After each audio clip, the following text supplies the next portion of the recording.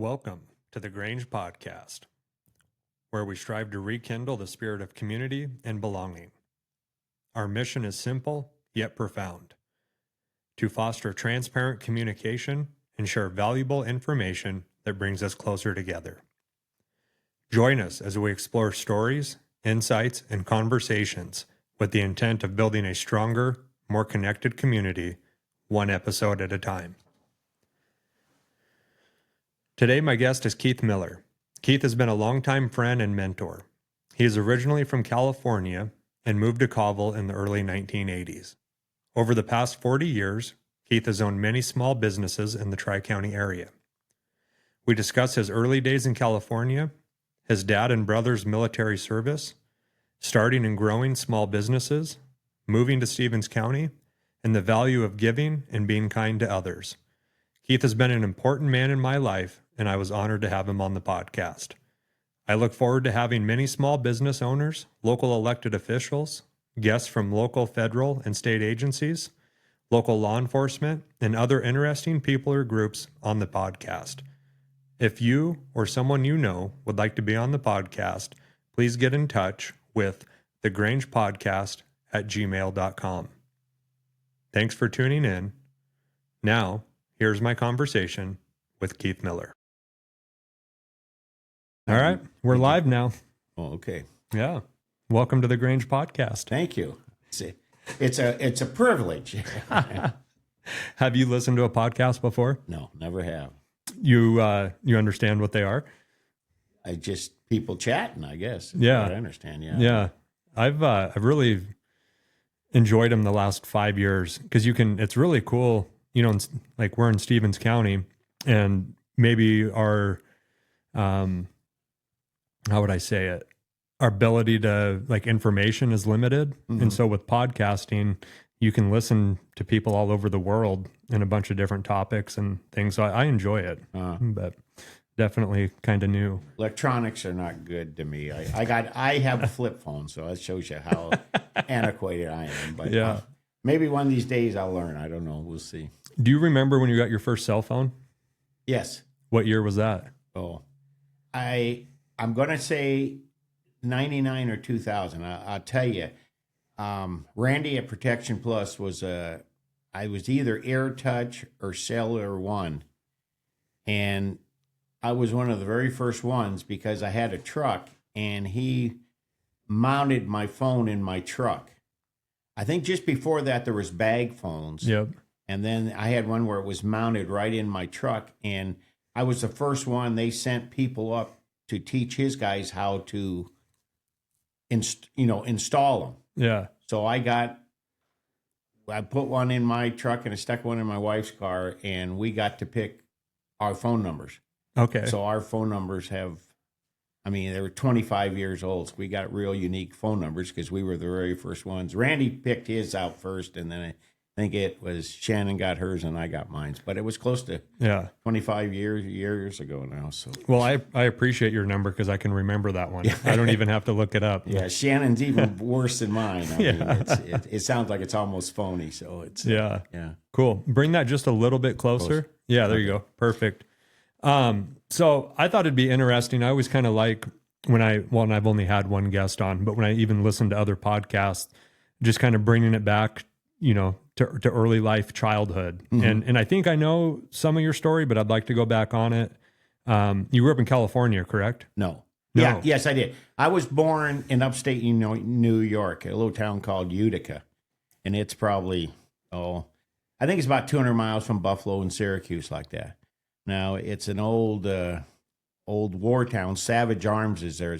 During the war, they made bullets. I think my aunt worked there. And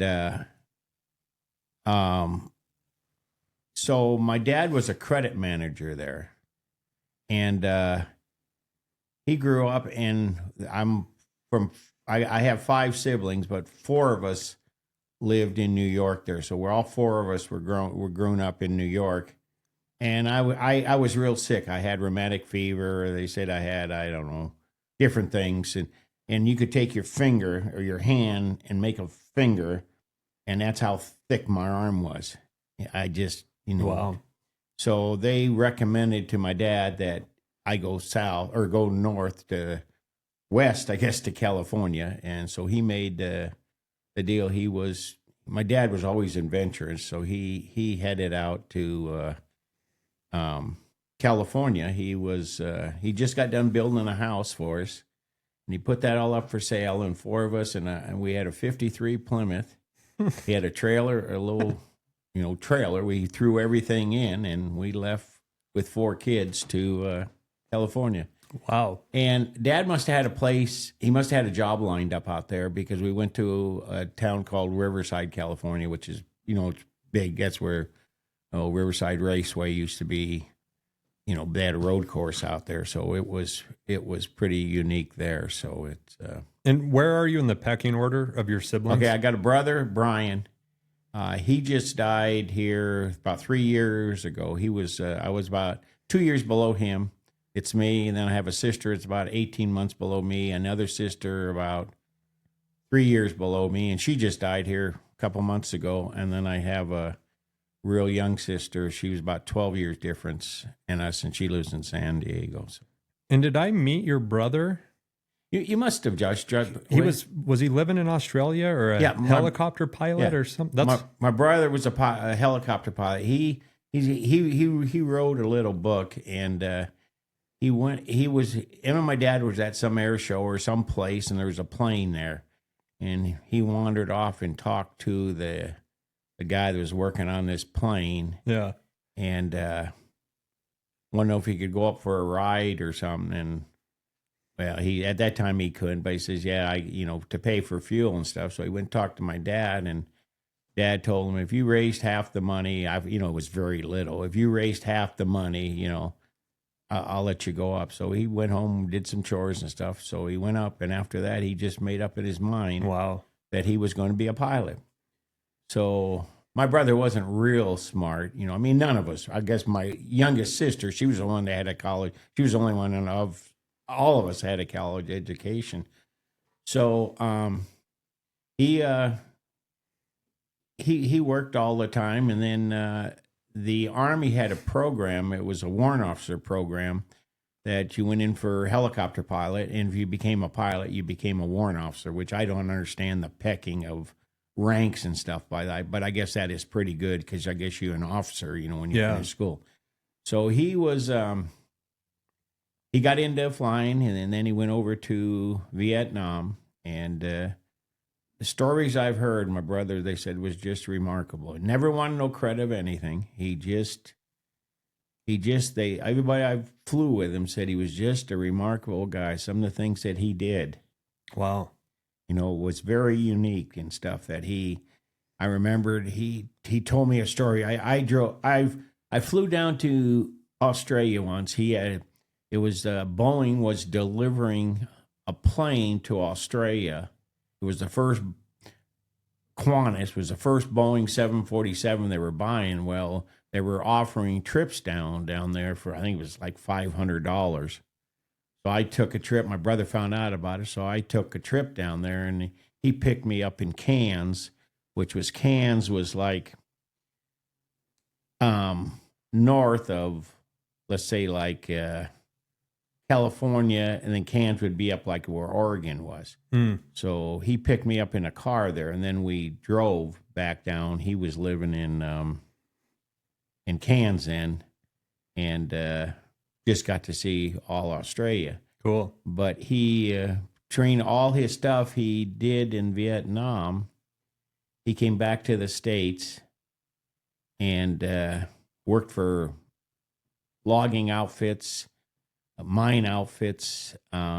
He's been to Antarctic so many times, just flying. People would hire him. Natural Geographics would hire him because flying in Antarctic it's all white. Yeah. And they just loved the way he flew. So, he flew up to, and he was close to 70 years old. Wow. So he was just a great pilot and stuff that way. How old were you when he was in Vietnam? Well, I think I'm not real good on dates, Josh. Yeah. So, it must have been like 65 he must have went in, because I was called up in 68. and then didn't pass the medical. Okay. Yeah. So then, so it was kind of that era, there. So you were a teenager. Oh, sure. Yeah. So was that difficult with having your brother deployed, at war? Do you remember much of that? I don't know. I don't think you really understood what you were at. Now, I got another friend. I call him my stepbrother. It was another family I grew up with, and we were all close, and he was killed in Vietnam, and that really. But Steve we would even go out hunting. He would go hunting with us to shoot rabbits and stuff, but he would never take a gun. He didn't believe in killing. And so the military called him up, and he didn't want to go. He says, I'll do anything. I just don't want to kill. And they more or less gave him a gun and says, man, be killed or defend yourself. Well, they were in some action there. He was probably he probably was only over there 3 or 4 months, and one of his buddies got shot, and he just ran up and got him and killed him there. But it was just, we all knew when he left for Vietnam, he would never come back. Man. But my brother, they said he was so witty that he knew what was going on. Some general or some guy wanted him to, some guy was down waving a flag or something down there, and he wanted him to go down and get the guy. My brother said, I'm not going down. It's a setup. Yeah. The guy says, you go there, be court-martialed. He said, court-martial me. So he sent some other guy, exactly what my brother knew. It was, wow. It was, the guy was killed. So, and he learned, he says the military taught you stuff, but they didn't teach you what you really know. You learned it on your own. For sure. Yeah, he said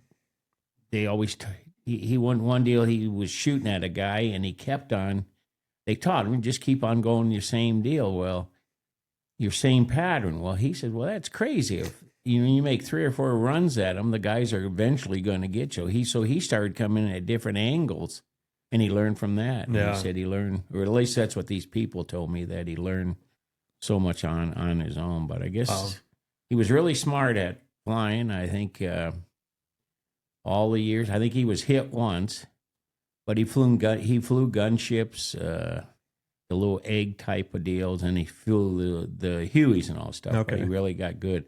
I remember his first letter we got back from him. He said, I was in he was shot at, and he said, so you would have to wire back in or call back in to get permission to shoot back, And his first letter says, he says, I unloaded 3,000 rounds on him, and I think I got him. Holy moly. And that was from the little gunship. So. Wow.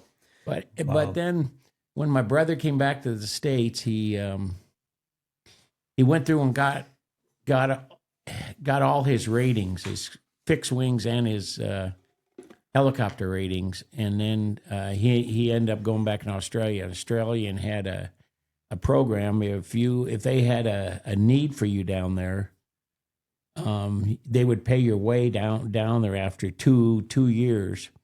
So my brother took him up. In the meantime, when he was in Vietnam, they would go to Germany on R&R, or Australia on R&R, and he met a girl down there. And so she came back to the States with him, and then they had their first kid in the state. And then he got all his ratings, and then ended up going to Australia. So. I remember meeting both of them 7 or 8 years ago in your shop. Really? Yeah. And spent 15 or 20 minutes with him. Yeah. Seemed like a very humble guy. Yeah, my brother. Yeah. I mean, we're completely different. I mean, it's my brother.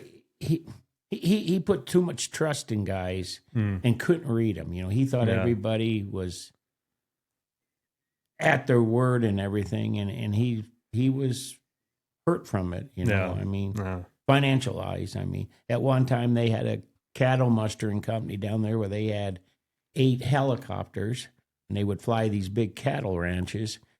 And his partner, he kept on telling me he was doing this and doing this. My brother believed him. Next thing you know, they were completely bankrupt, and the guy was just stealing the money out of the company. But that's unfortunate. Yeah, they just took advantage of him. But he could never see it. He had always seen the good in folks, and not, And even after being burned 2 or 3 times, he never learned. Wow. He just, so. But he was a very humble guy, and.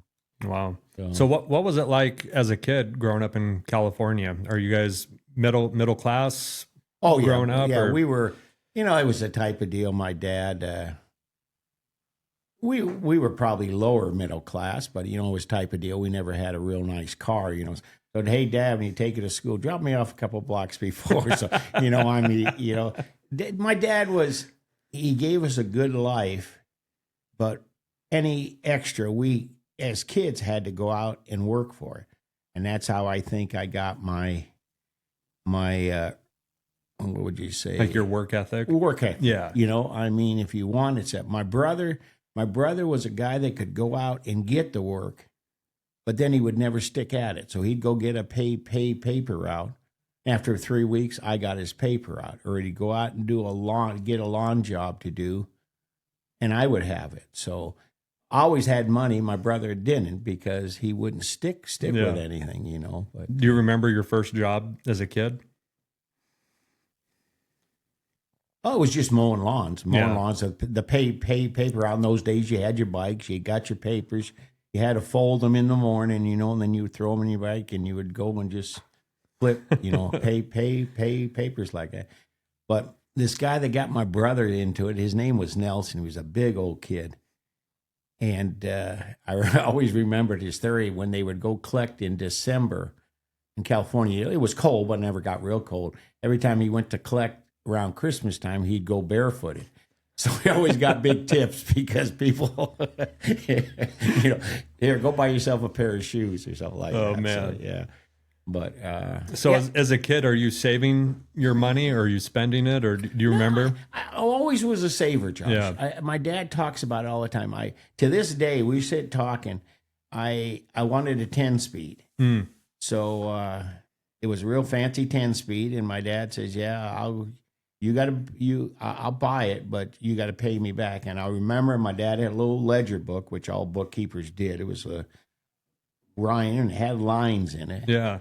And my first bike cost me $114, and I paid $17 or $7.19 a month. Wow. To pay it off. Well, I had it paid off in like 2 or 3 months.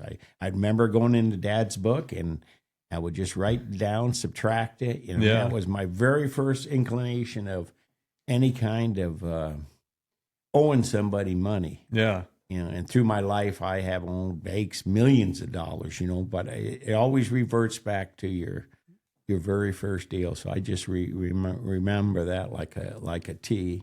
That's great. And then in school, I always had a real bad stuttering problem. In fact, I was kept back in school in the second grade for stuttering. I just couldn't get a word out without stuttering, so they kept me back. And I was never really a smart kid. I think I was more savvy than book smart. I just. And did you enjoy like the hard work aspect of going out and earning your keep? And, yeah. To this day, I still do. I just love the will of working, and the more you work, the harder you work, the longer you work, the more you benefited out of it. In school, I played sports. I played football. I played track. I used to run the 100 low hurdles, and then I would run the 440, and then played some football. And then when I was 16, we left Riverside, and we went up to Thousand Oaks, California, which is just outside the San Fernando Valley, and that was probably when I really started working. I worked at a service station, and I had this Japanese guy that would come in. He was a gardener, and I would work at I guess my very first job, my dad worked for an auto parts store. He was a credit manager of a big chain, and he got me a job at the local auto parts store that his company owned, and I was a inventory control guy. And what it was, every part was on a card. You always hear for a lot of the kids, I don't know, you would hear where they had punch cards. When they first came into computers, that's how it does. You had a punch card, and then that punch card would go in the computer. But we had a deal that like if you sold a spark plug, if you sold 5 spark plugs, whatever the number was, you would find the card for that. And then you would, if there was 10 of them and you sold 4 of them, you would take the invoice, take the part number, subtract that from the 10. And then there was like a deal if you got, let's say when you got down to, let's say if it got down to where you had to had 8 was your order level. So if it got down to 9, then you would throw a red tag on it, then put it back in the system so they would know how to order that. Yeah. And that was the way they controlled inventory in those days. And Wow. so that was like an after school job. And then that was probably my first paying job I ever had, being on the payroll. And then I worked for that same company in the summertime delivering tires and batteries. They were to gas stations and stuff like that. And then I started working in a service station at nighttime after that work. So I actually quit school my senior year. I only had to have 7 credits to graduate, and me and school didn't get along real good. So I just elected to leave, and then I went to night school, and because I only had to pick up 7 credits, so I got graduated. But I didn't get along. I went to school, and I don't know, what'd you say? What the word is real? I don't know. I just didn't like the system the way it did. So I went to night school, and night school was, you come, this is what's need to be done, you do it, you're out of here. It's not. You didn't like jumping through the hoops. Exactly, yeah. And I remember when I first got called in, we were playing volleyball, and it was with the girls, and the girl had to hit the ball, and then you had to hit the ball. And the ball comes to me, and I'm hit it. And then they said, well, the girl's supposed to hit it. I says, no, if the ball comes to me, I'm going to hit it. So I was always a procrastinator. They said, well, if you don't want to play by rules, you go out and run all PE class. So I went out there after a month. They seen I enjoyed running so much. I just loved to run. So and they pulled me in the office and sat down with the principal. And he says, next year you'll be 18. You won't be able to.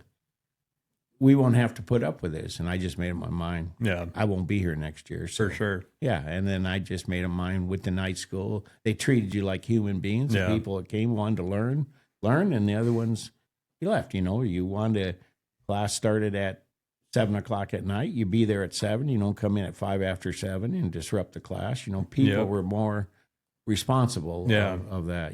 For sure. Yeah, it wasn't the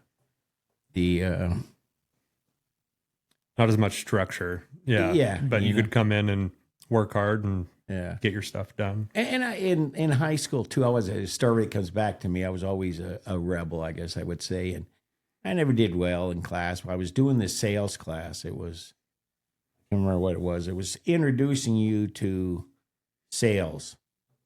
And the teacher and me never got along, but we had to do a project in the last semester I was there. And what it was we had a window in school, like a 5x5 window, and you paired up with somebody, and this girl, me, we paired up to do the project. Well, I was getting probably D's and F because I never participated much. Yeah. But I used to collect different kinds of bottles, beer bottles, wine bottles, different fancy stuff, So we came up with a scheme that we were getting close to the holidays. It was around this time.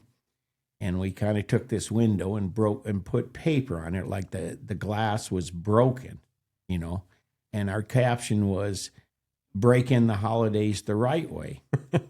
And then the teacher would, Monday morning, you would set it up during the weekend, and Monday morning, school would come, and he stood outside, not looking, and would see how many people walked by that and would stop. And we had 100 times more than anybody else every week, Yeah. So he called us in that day, and he says, you had one of the best deals we ever did, but you have to take it down because it wasn't proper for school, but it was to show, that he knew we had the ability. And then after that, we got to be real good friends. You know, I had 2 or 3 teachers like that. I couldn't get along with them. But when you got in the outside world, they were really neat guys. You know, it was really, and stuff like that sticks with me. I just remember those people. I used to get a hard time. And then when you were, all the things were off, you were great friends. I always got along with older folks better than my own age kids, you know. I can resonate with that. Yeah, you exactly, Josh. You know, you're so grown up compared to your age. You was never one that you did it, but I mean, you never one and went out and just, you know, just tear everything's up. You had a good time, but you would do it, you know, cleanly. Like all the times, I was never in jail. I never drank to begin with. So, you just, I was more mature, and that was another reason I think I left school, because I was more mature, you know, than the other kids. So yeah, I know I've felt very fortunate in my life to be able to spend time with you, and you know, I mean, back to Harvey Tripp and Larry Lickfold, Dave Graham, Harold Manette. You know, I've just always gravitated, you know, towards. I was joking with Shadow the other day. I said all my friends are getting old. And but I've had so many hours of conversations, and you know, with guys like you, that I just enjoy that, you know, and have always been that way. You know, I even remember in high school hanging out with my dad and his friends, and you know, I think I had my times of goofing off and messing around, but I always liked maybe more of the serious aspect, and you know, trying to always move the ball forward or uphill. So you get through high school, you do the night classes, and then how long after that until you actually buy that first service station?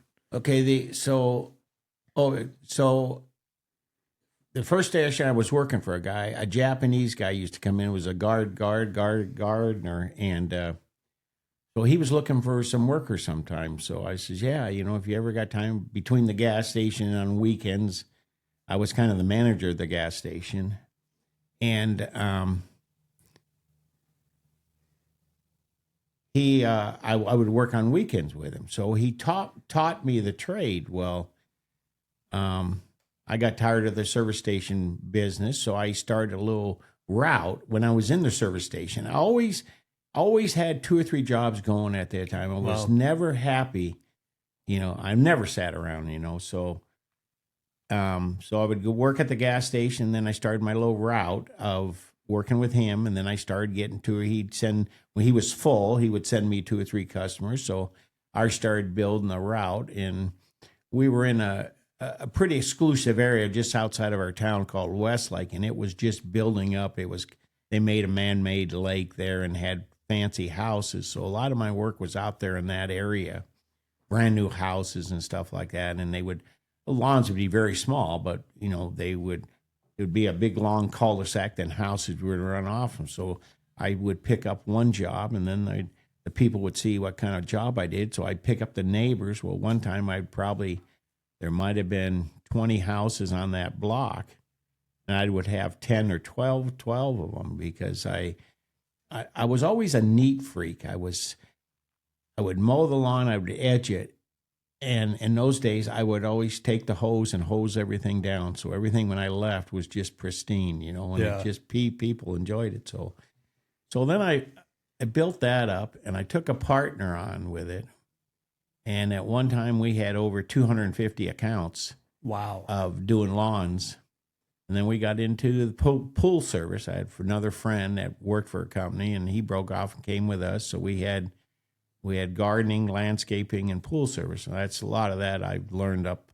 I was doing a lot of sprinkler systems and putting sod down and stuff. So that's why I enjoy that aspect of building houses is landscaping them. It's just, but I was never a kid that just stood around. I just always was doing something. You know? So with the landscape and the pool business, are you guys running, you know, like a legitimate business with a license, employees, payroll, or are you doing just cash work? No. It was legitimate. And then, you know, we would bill every month and stuff like that. And it's just like the same thing too. I've been probably in three or four partnerships in my life, and they just never work out. I mean, very seldom, because it's just to show you my partner, when he got done with his route, he would go home.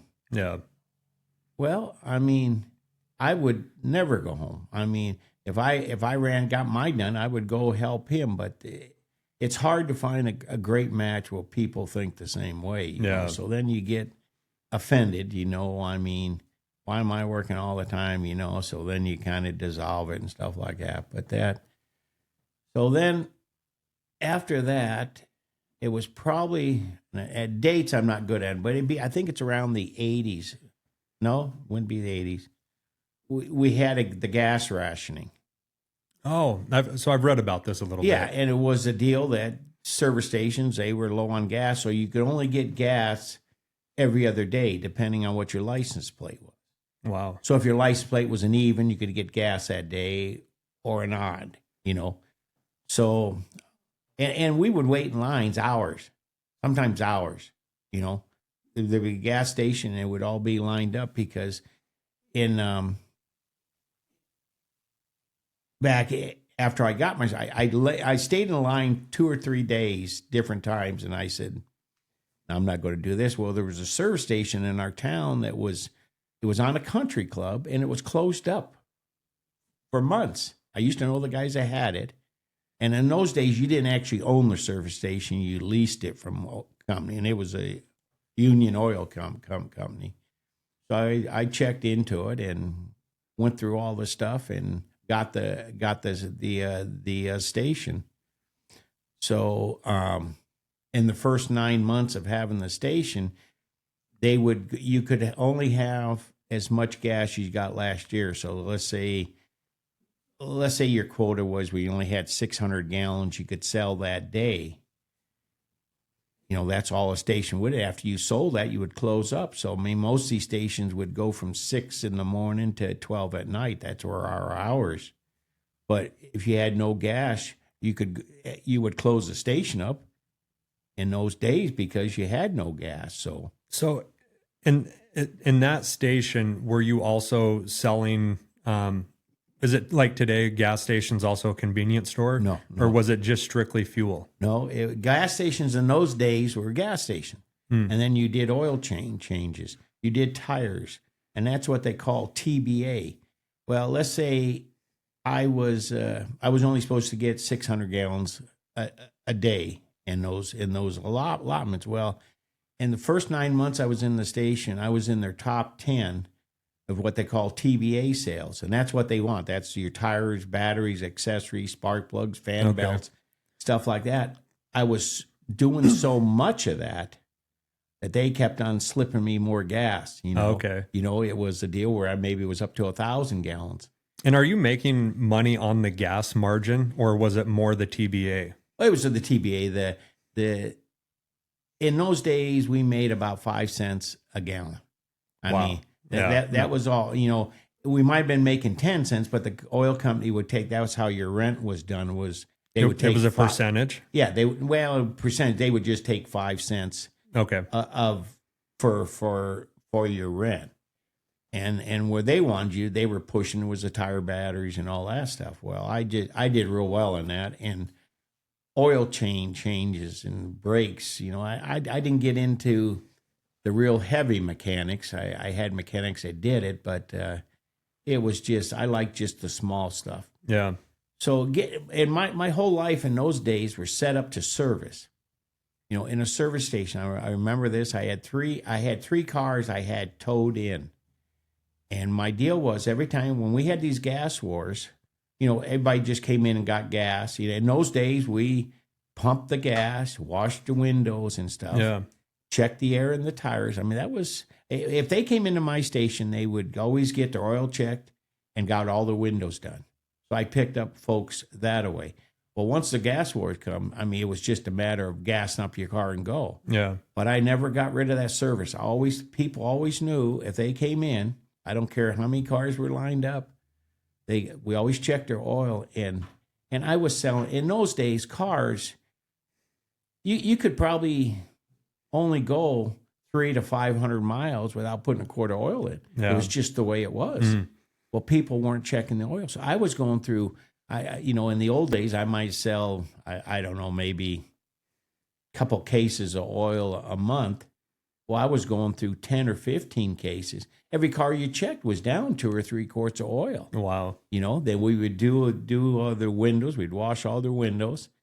And so I had 3 people that ran out of gas. And they called me. So I said, well, I'll have a tow truck up there. So I got free advertisement off of that because these people, look, he paid for my car to be towed in because I ran out of gas trying to make it to his station, so it was service again. You got back on service. And through my whole life, I felt that was the only thing we got to sell. We all have the same product. It's how somebody treats you, the service, and that's what we've lost, in my opinion, of all these major, Yeah, I missed that. I feel like I came in and got to experience that for, just a little while. I remember for a few years when I was really young, my grandma used to always fuel up her car at Heights, when it was Heights, right, before Harvest Foods. And then they would wash her windows, check her oil. She never got out. Right. It was, hi, Mrs. Weatherman, how you doing today? And I can remember that for a couple years. And then, with my dad running the business in the early years, he had one of those, mounted cell phones. I think he was one of the first ones in that same time frame. And, he's running this big wood grinding business at that time. And so lots of breakdowns and parts and different things. And I just always remembered he always had a guy, there was a guy that worked, at the Peterson shop or John Deere, wherever it was, he had the one guy, and it was a completely service-based industry. And he had his black book of people he could call and things to do. And I really appreciated that. It was that service thing, of this guy's going to take care of me, and we still have that on a very small level, but it's, when you look at, now that I'm running a business, I don't know what the percentage is, but 70% of it's probably online, so then there's no human to human interaction. And then when I do need someone, oh boy, is it frustrating, right? I'm just a number. I'm not a guy, and they don't know me. There's not that relationship that's been built or that loyalty. And, I would say in some aspects, it's one of the more challenging things of running a business today in my age group is, the service industry is basically obsolete, and I'm not trying to complain because on the other hand, it's very convenient to be able to order online and see the part by the end of the week and not have to spend the time on the phone or the next day. Yeah. So, but I'm what I enjoy, with business is that human to human interaction too. And, I got to do that a little bit after I graduated college. I worked for a snowmobile company and we sold soft goods, and we traveled the whole US, selling snowmobile gear. And so I got to learn sales a little bit in those 2 to 3 years and just the interaction, hearing people's stories and where they're from and, where they snowmobile, what kind of gear they need. And, that service thing went a long ways. And, my boss at that time, the company's name was Blown Motor, and his catchphrase was blown away by service, which was kind of cheesy, but his model was, we're selling all the same gear as these other vendors at these trade shows, but our service will be 10x. It's going to be way better. And so we all wore clean blue jeans, tucked in shirts. Everyone got greeted with a handshake. It was kind of this old school business philosophy, and we did really well. We came in and competed really well with these businesses that had been established for 15 or 20 years. But we were just doing these little things that really added up, I think, in the long run. And that's the only thing you did to make yourself a little bit different. And in those days, I think folks respected that, Yeah. I mean, I can go to vendors. I've been out of, the lumber business for, 25 years now. And there's still some of the people that I've dealt with that are still in the business. I can call them in and they'll do anything for you because when I called up to order something, I always ordered it from the same person. Yep. I mean, nowadays, most of these people change jobs like they do, underwear. I mean, but in those days, people would stay at their job. And every time I called, that way, if I knew I had a problem, or let's say I went to order something, and I would have a same way of ordering some, And if you talk to somebody different, this other guy says, he might say, do you want this? Or because that's the way I always ordered it. Oh yeah, I forgot about that. But when you talk to somebody new, they wouldn't know that, you know. So I always tried to, every time I called to make an order, I always talked to the same guy or would wait till he got in, you know, and that was just my unique way of doing it. And it seemed to cut down the problems with everything.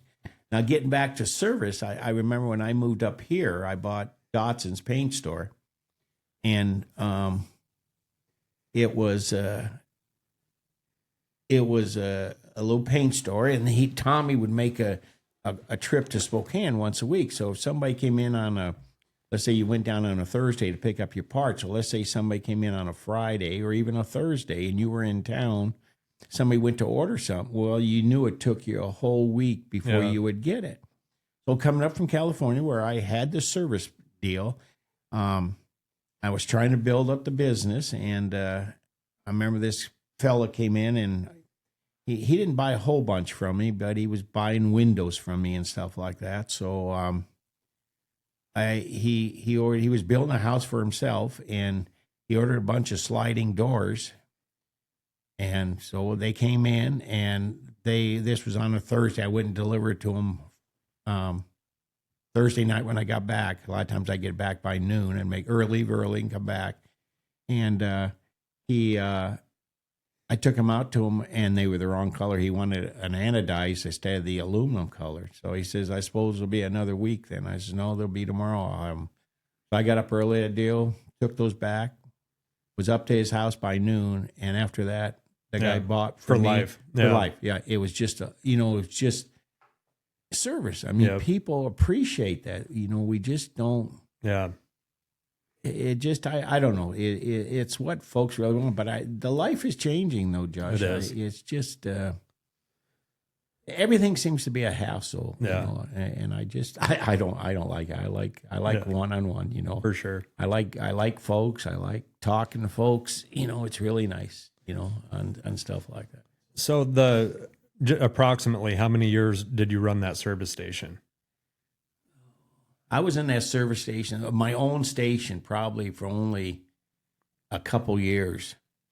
And then did you sell that and come here? Well, what I did, I had a rep that was from the Union Oil. He was my representative to me. Well, he actually was moving up to Washington State.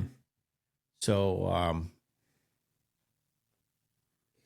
So I never went on vacations in those days, but we decided to go on vacation for 2 weeks, and I don't know what I was going to do. But anyways, we went on vacation. We went to Yellowstone. I just bought a motorhome, a small motorhome. So we took off, went to Yellowstone, and in about a week, I was ready to go back. So I said, well, we're up this way. So I said, well, let's go by and see if John goes see his station just to see it was at. So we went from Yellowstone, came up here, and his address that his wife gave us was in Meade. So I stopped in Meade. Where you at? He said, well, the station that I bought is actually in Colville. Oh. He was living in Meade, you know. So we decided that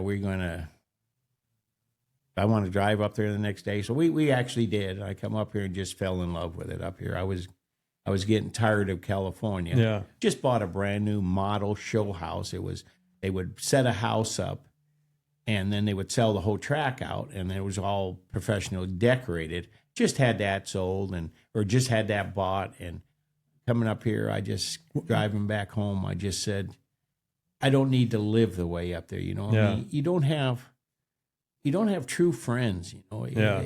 Friendship is very important to me. It's, I guess I lost my train of thought, you know, but I just acknowledge friendship. You know, I could call up folks and, you know, we'd do anything for them. But then some of these people in California, you'd be friends, but as soon as you move away, you weren't friends no more, you know. And I don't know when I meet somebody and close to them, it really means a lot to me that friendship is really. So do you remember when you first came up to Colville, you know, what it was? Did you have interaction with the community members, or do you remember that feeling of where you said, I think we should come check this out? Well, I just liked the feel of it. You know, Yeah. in California, I could see we were starting a lot of the housing tracts we were in. You couldn't have antennas no more. You had to belong to a cable company. You know? The tracks we were in, there were green belts around us, what we call green. You would have your own lawn, but you would have the lawns around you that you had to pay a fee for, you know, to Okay. keep that up. You Yeah. know? And I could just see a lot of things being put on you where, you know, you would have to have this type of roof. You could only paint your house this color. Wow. And I just could see, you know, stuff coming that I wasn't liking. So when we come up here, I just like the feel of it. And we came up here and we looked around while we were up here and went into one of the real estate companies. And I said, I'm just looking to buy a business and I don't know what I want. I know I don't want a service station. I didn't want a restaurant. So we went around and looked at some stuff. I couldn't remember actually what we looked at, but, you know, went and did some different things. So then I went back home and then the girl I was working with, she called and she says, yeah, I got a little paint store that's coming up for sale. So I was in it. I didn't know nothing about paint. Yeah. I didn't know the difference between latex paint and oil-based paint, glass shop. I didn't know nothing about it. So we decided that we'd come up.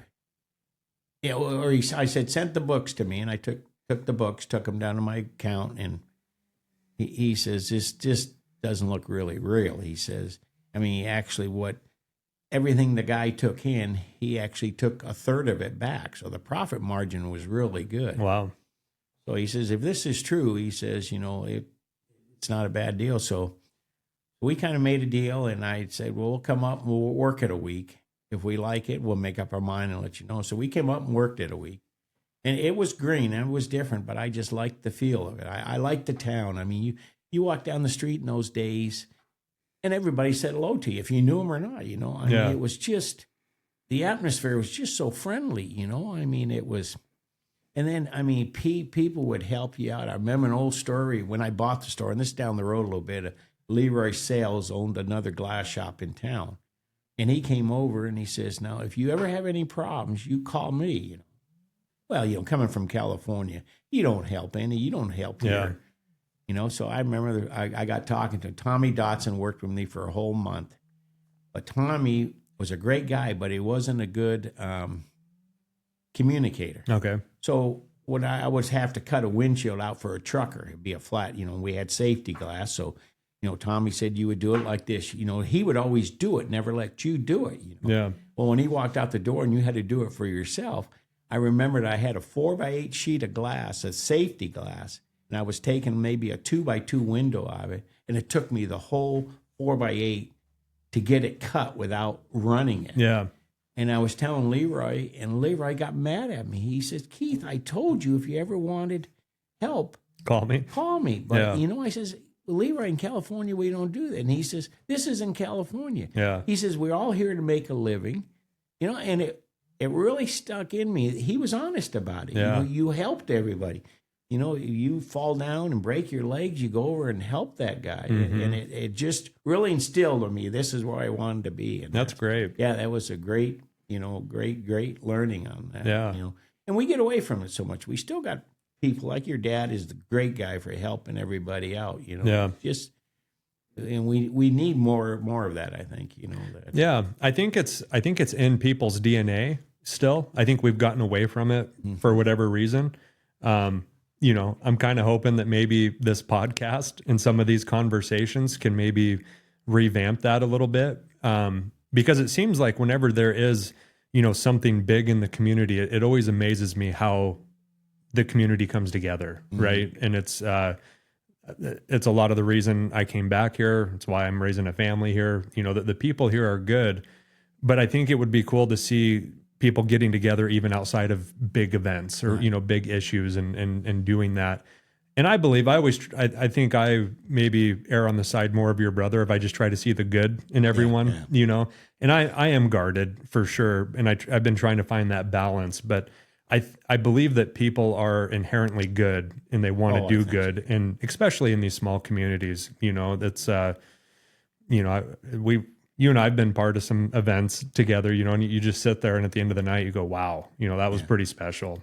People come together and support a cause, and it's, it does feel good to be part of something bigger than yourself in a community like this. Yeah, I think it's really, really. Now, most of my business life, we lived in Colville, and towards the end of being in business, I always wanted to move to Kettle. I just could see the people in Kettle. I mean, in Colville, let's say you had some function going on. If it didn't benefit the merchant, he wouldn't get involved in it. Yeah. But in Kettle, I don't care who it was. The whole town came behind him. Yeah. And that's always instilled me. I want to come to Kettle Falls to live, because the people, if you were down and out, or it was just the type of community you wanted to be in. That's what I loved about Kettle. And when was the first time that you lived in Kettle, when you'd bought those lots from my dad? Was that your first house here? Yeah, I took in Colville there, I probably had 7, 8, or 9 houses. Okay. I was building a house every year, living in it, and then building another one. Then I built a bunch of rental houses. But yeah, that was the first thing I had in Kettle. I bought 2 lots from your dad. And what year was that, Keith? Oh, okay. Early 2000s, probably? No, Josh, because I think,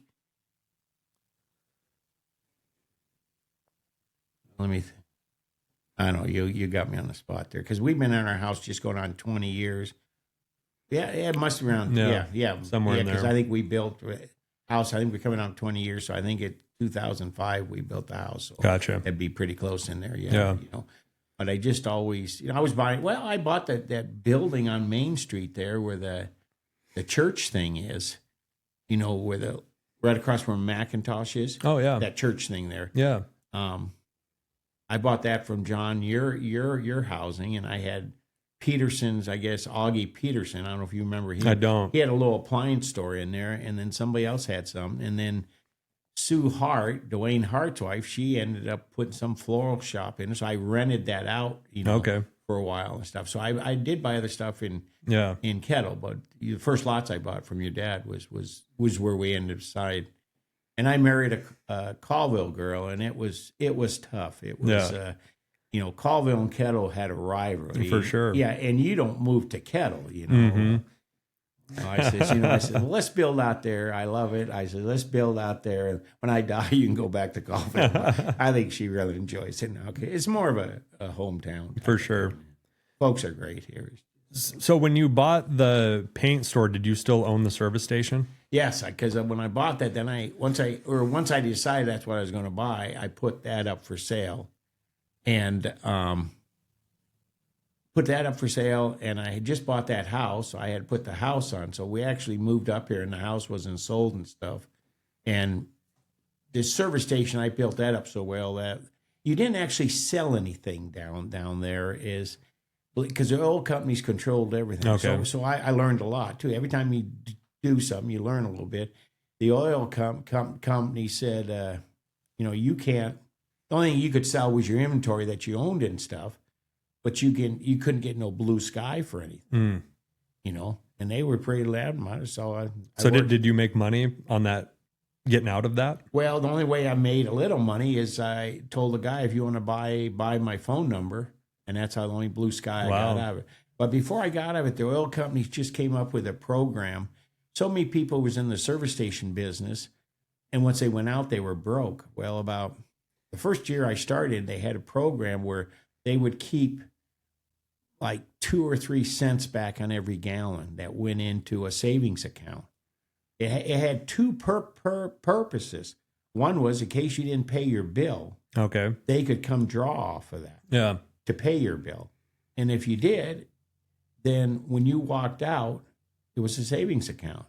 So that's where, because they seen so many people in the service stations for 20 or 30 years got a business and broke. Yeah. Because they have nothing to sell, because the oil companies own the, all the fixtures, the buildings and all that stuff. So that was a plus. So, it gave you a little savings account when you did leave to come up here. But so then when you actually purchased the paint store, was that were you able to cash that out, or was that owner financing, no. or did you get a commercial loan? Or No, it was all Tom Dotson financed it okay, for me. And Tommy, so many of the people up here coming from California, you could see, I mean, you couldn't, if you didn't have money, you couldn't go buy a piece of property, you know? yeah, I remember the first I was buying land up in Onion Creek. wow, I mean, paying like $100 an acre.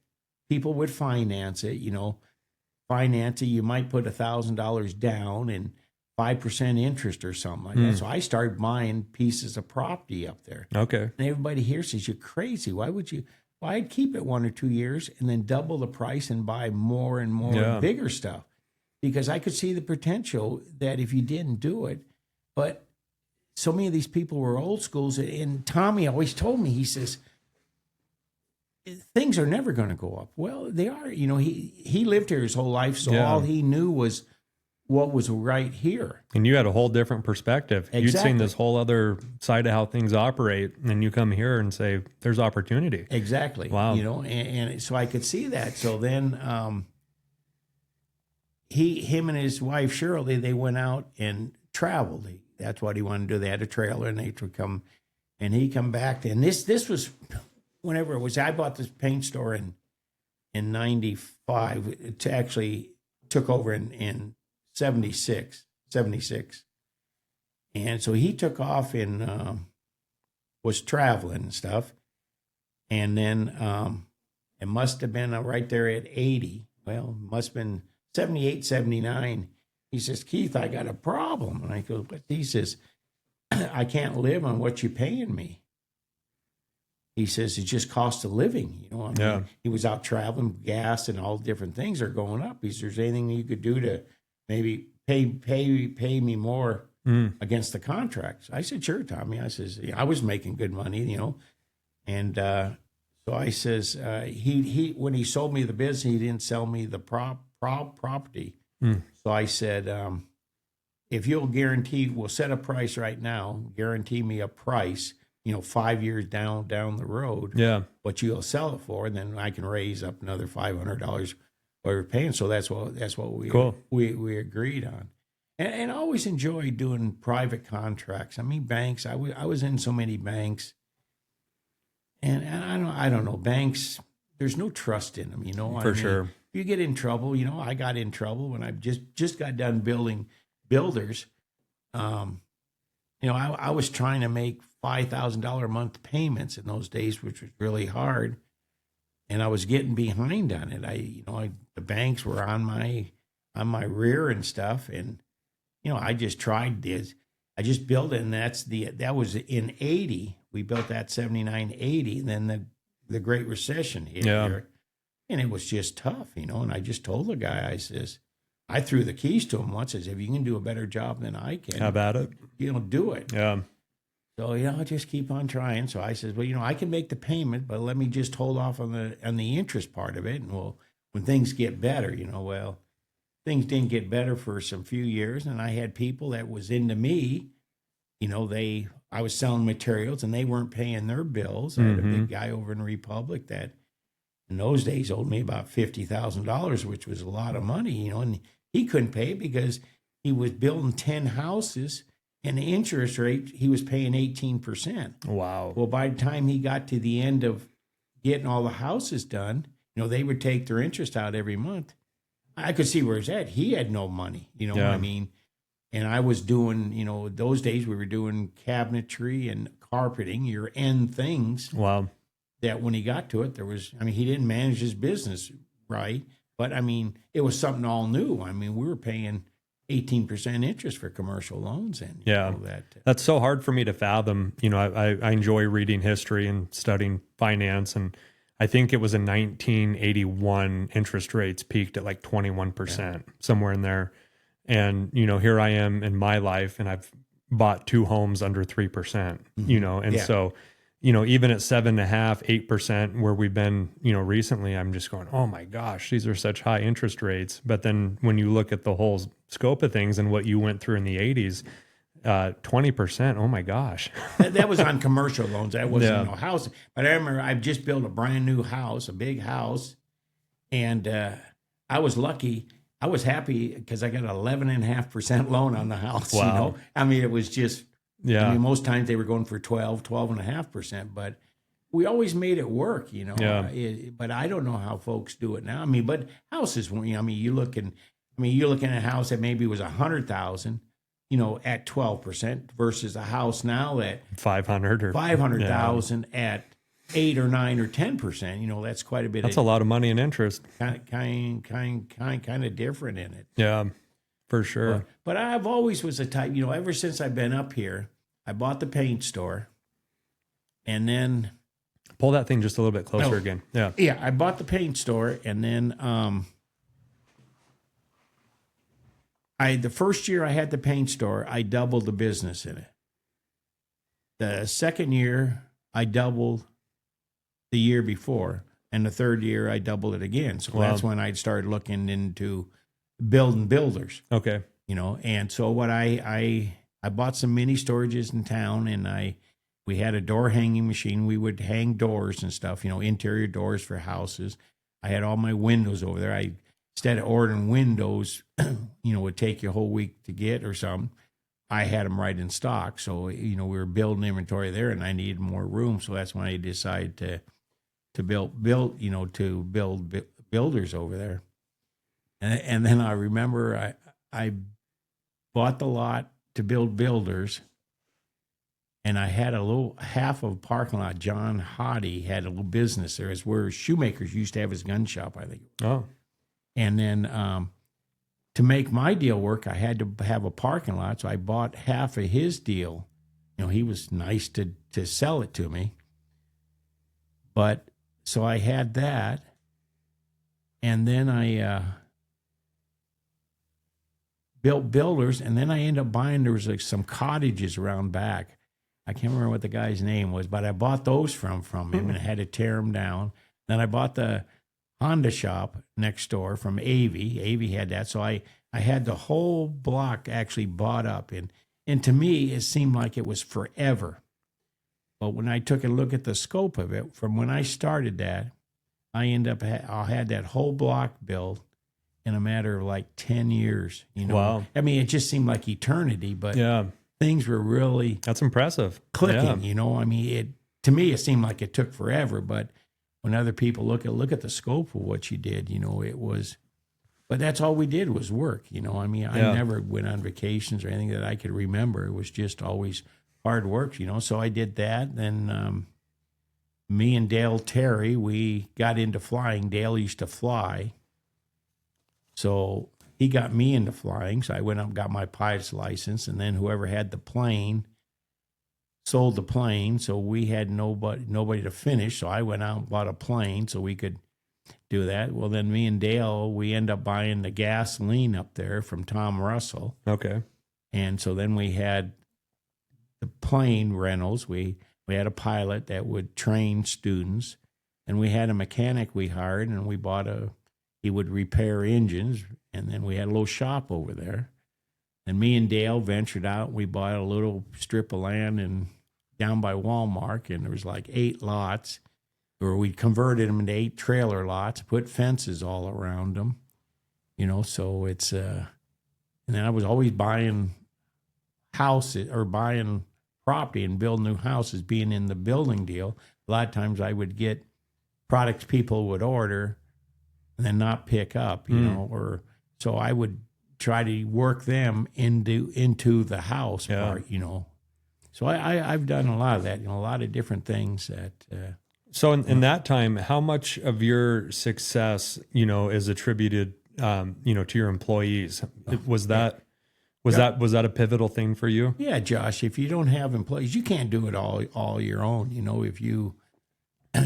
You got to have great employees, you know. And did a lot of them stick with you for a long time? Did you have a high attrition rate, or were a lot of guys wearing, you know, the company hat, if you will? Yeah, it's not like it is today. You know, folks always, it seems like, you know, I mean, you know, and we were small businesses, so I mean, there's no way we could pay insurance and stuff like that, you know. as you look back on it, I just wished I could have done more for your employees, but you were strapped. You know, I mean, people didn't know how loaded it is. I mean, when you went home at night and you lay in bed there and you figure, you know, I got all this payroll, I got all these guys that are depending on me. Yeah. You know, how to figure out how the next dollar was going to come or stuff like that. You know, you weren't rolling in money. You know, you were just, you know, and trouble around here is you would make it for 6 or 7 months and then winter would hit. Yeah. You know, and then you were trying to keep guys on so you didn't have to rehire people, you know, so you always found jobs. So you would make it for 6 or 7 months and then you hope your losses for the other 6 months you came out with a gain. And that's what we fight around here, you know. Well, sometimes it seems like it's fair, and I use the word easy lightly, but it's easy to make money. It's hard to keep it.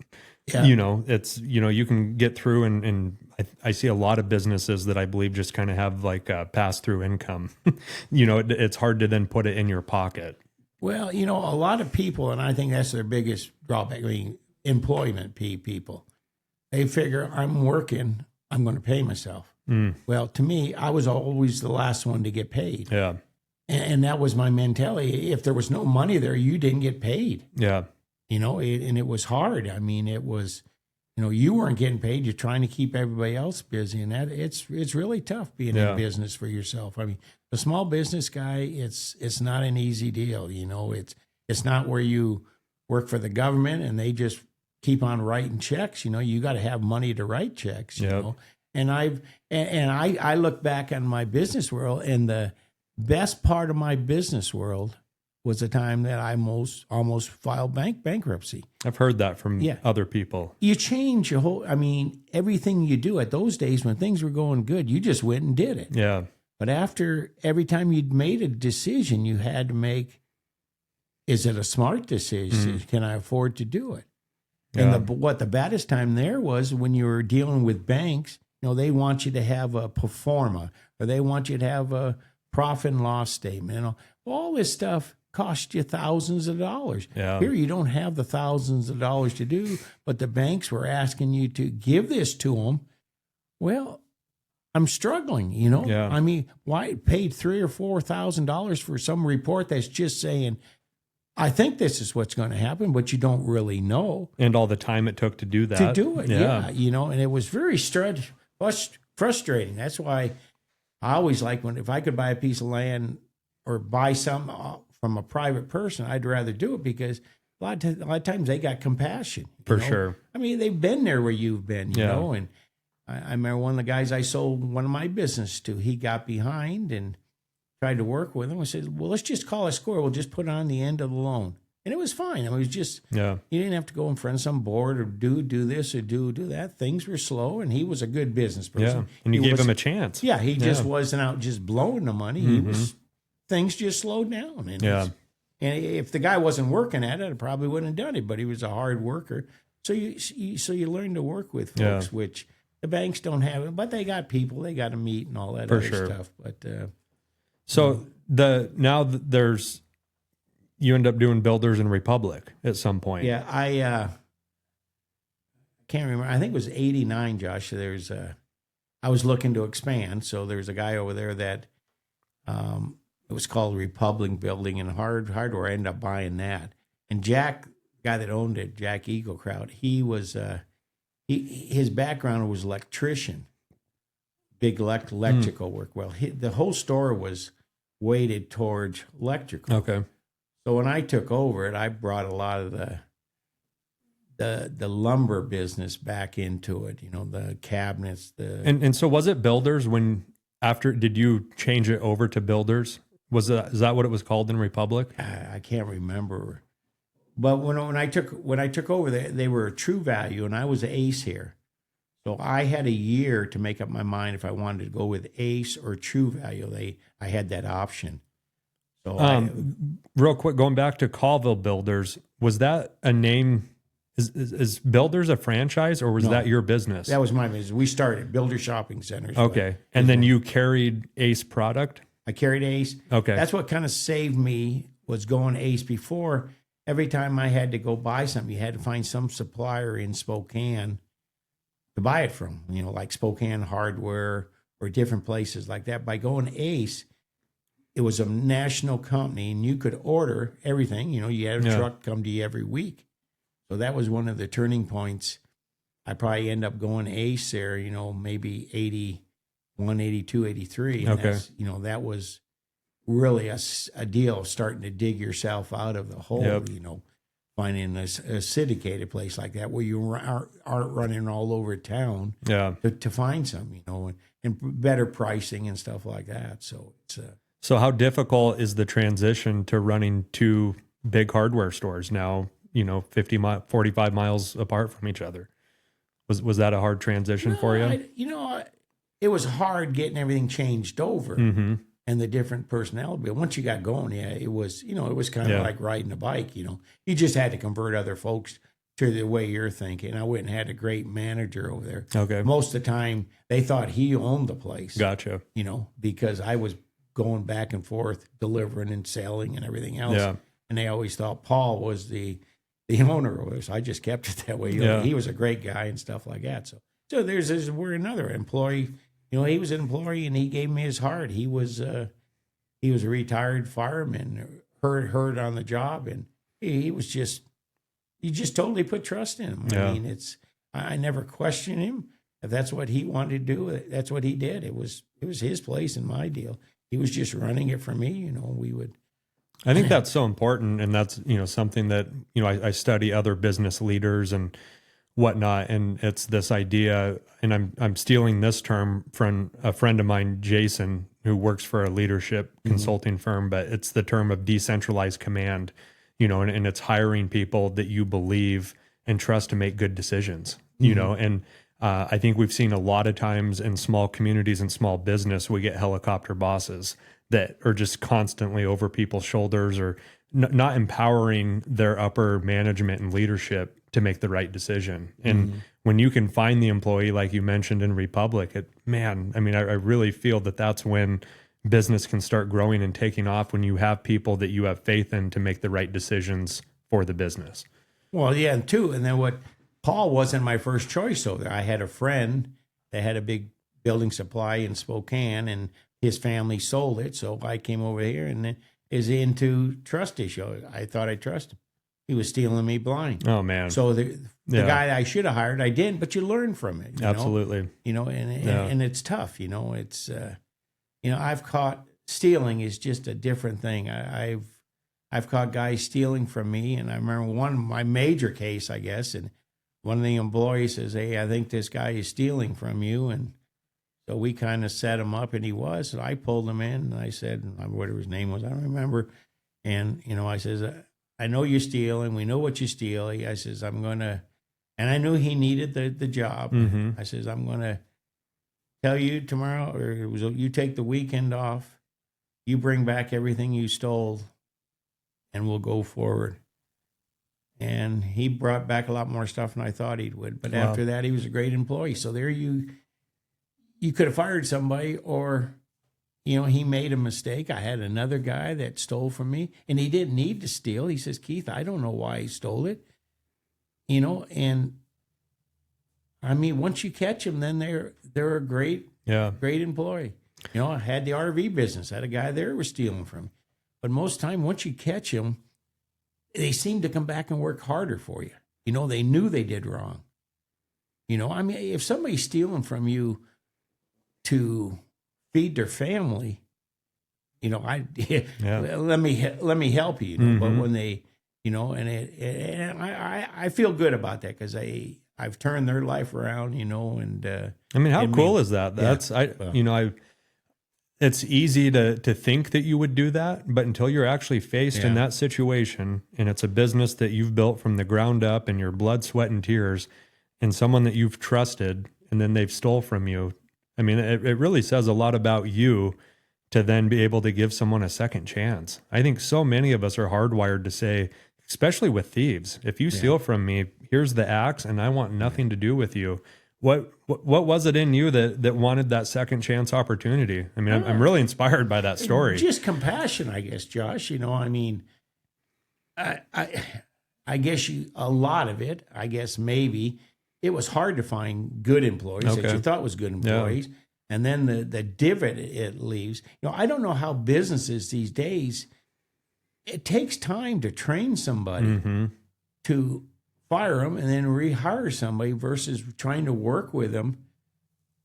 They know all the knowledge and know the way the job's being done to redoctorate. And I got friends that own businesses and they hire drivers left and right all the time. And, once you get them up and then to rehire them again, it's just, I think we all got good and bad sides. And I think if you catch somebody, then, some people will never change, but I think all these folks, I had confidence in them that they would, And then, well, like you said, at the end of the day, we're not perfect people. And so the whole thing that you're going to give somebody a second chance actually builds capital because you're viewing them as a person, and then they trust you even more for that opportunity that you treated them as a person. Well, I think they come back and work harder for you. Wow.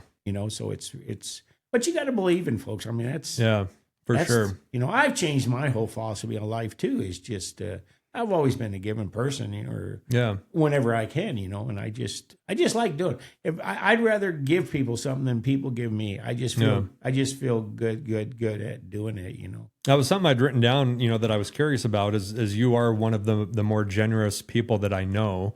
And I've always looked up to that and admired that. And I was just curious where that came from.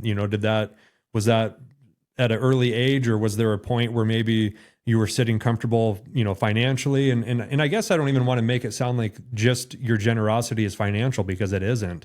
But where does your generous nature come from? Because I probably get to see it, maybe more than some people, all the little things, it's really easy to see maybe the bigger things that you do, but I get to see even the smaller things, and it's, like I said, it's really great. But were you born with that, or, it's just, it's your feeling you get from it. Yeah.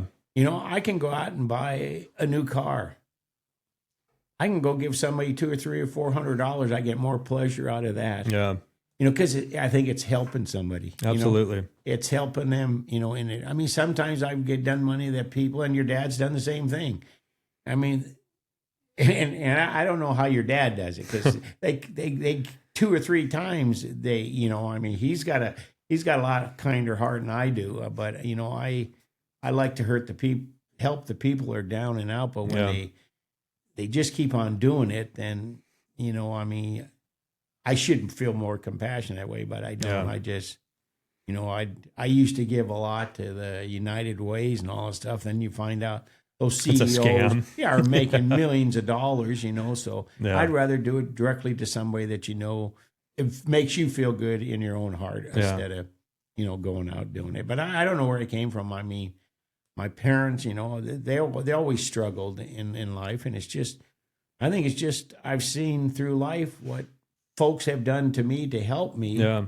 It's my time to give back now, we have no kids. We have nobody to leave it to, so I just enjoy doing that.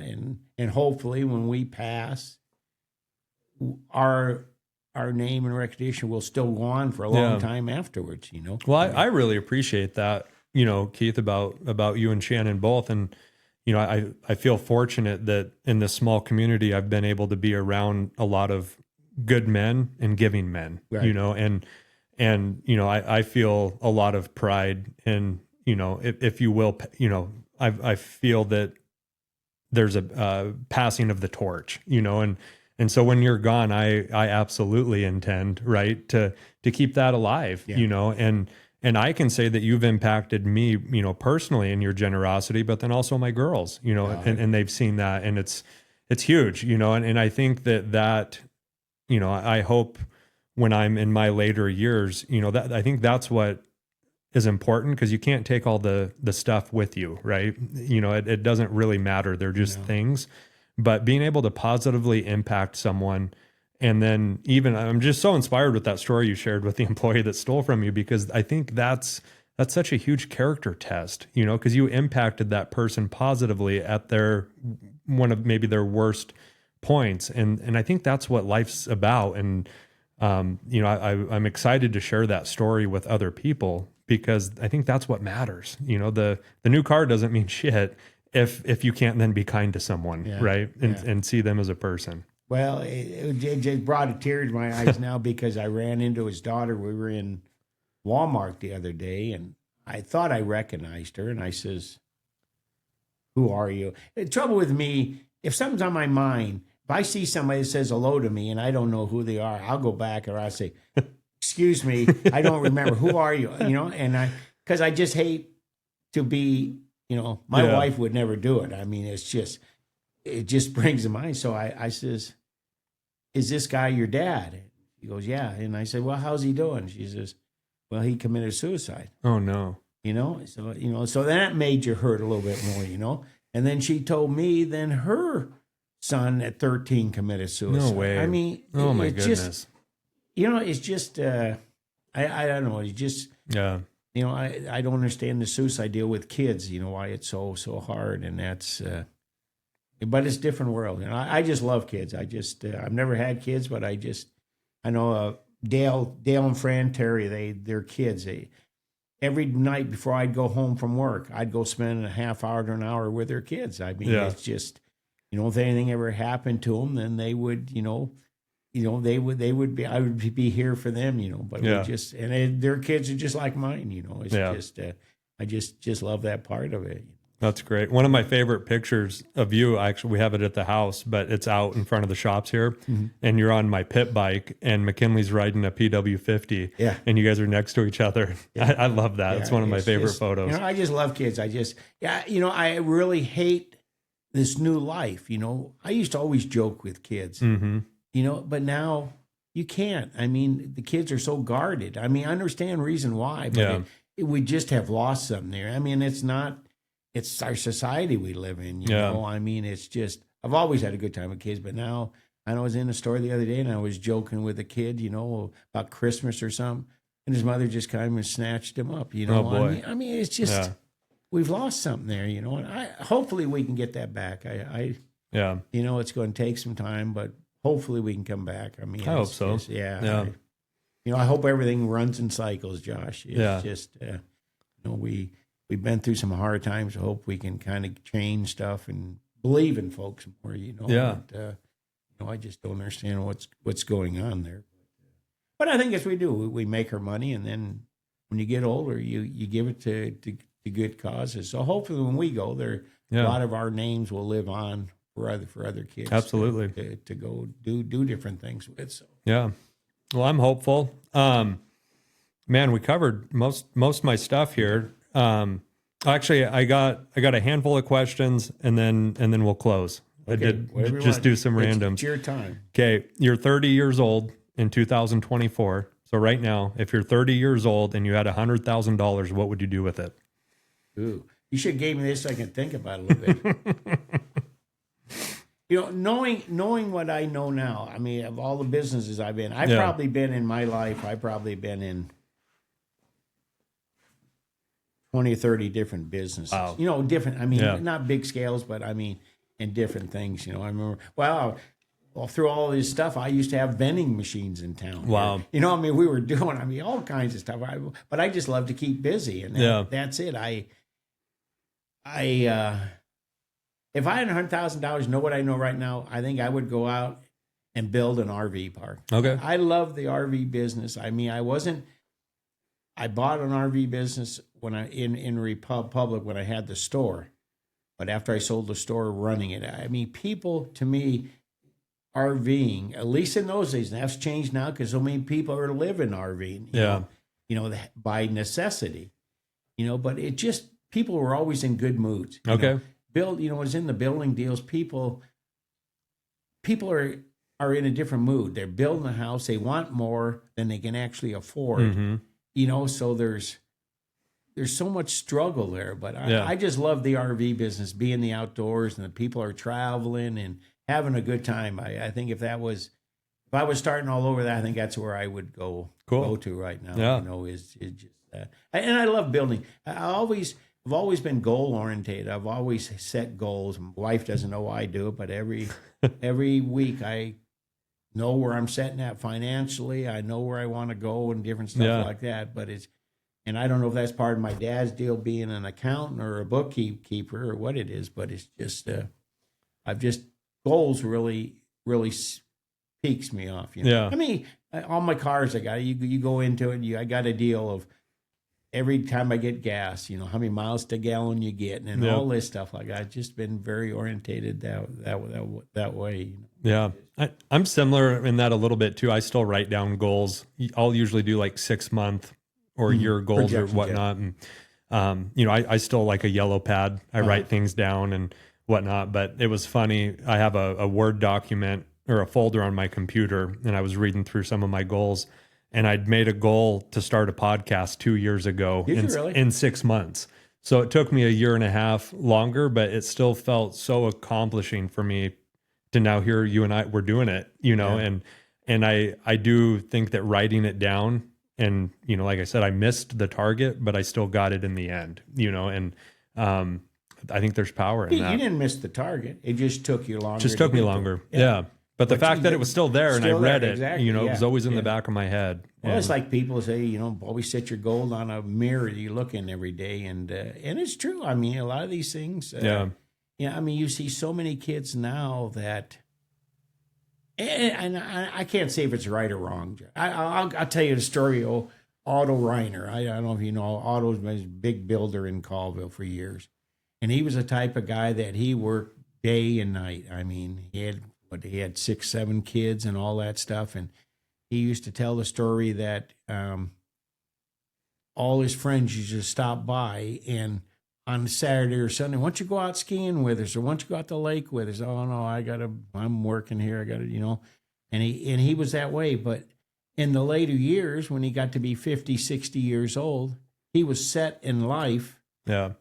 Where all his friends that were going out were still working, but when they were 60, 70 years old, you know, that's always stuck in me. I mean, it's a guy like that he had the perseverance, but he had a family, you know, a lot of it was due to his family. He had a family to raise, but he says, you know, that where he didn't have to, he still was working. He worked till he lived in 97. He still worked up every day up there, but it was just his goal. He didn't have to. He did it because he loved it. And that's a good place to get. You know, I mean, so many people, it's, they don't, and I think a lot of it goes back to our school system, Josh. I don't think our school system should teach the kids more about financing. Yeah. I mean, most kids don't know about finance, what interest is and all that stuff, and what it costs and what savings does and stuff like that. Yeah.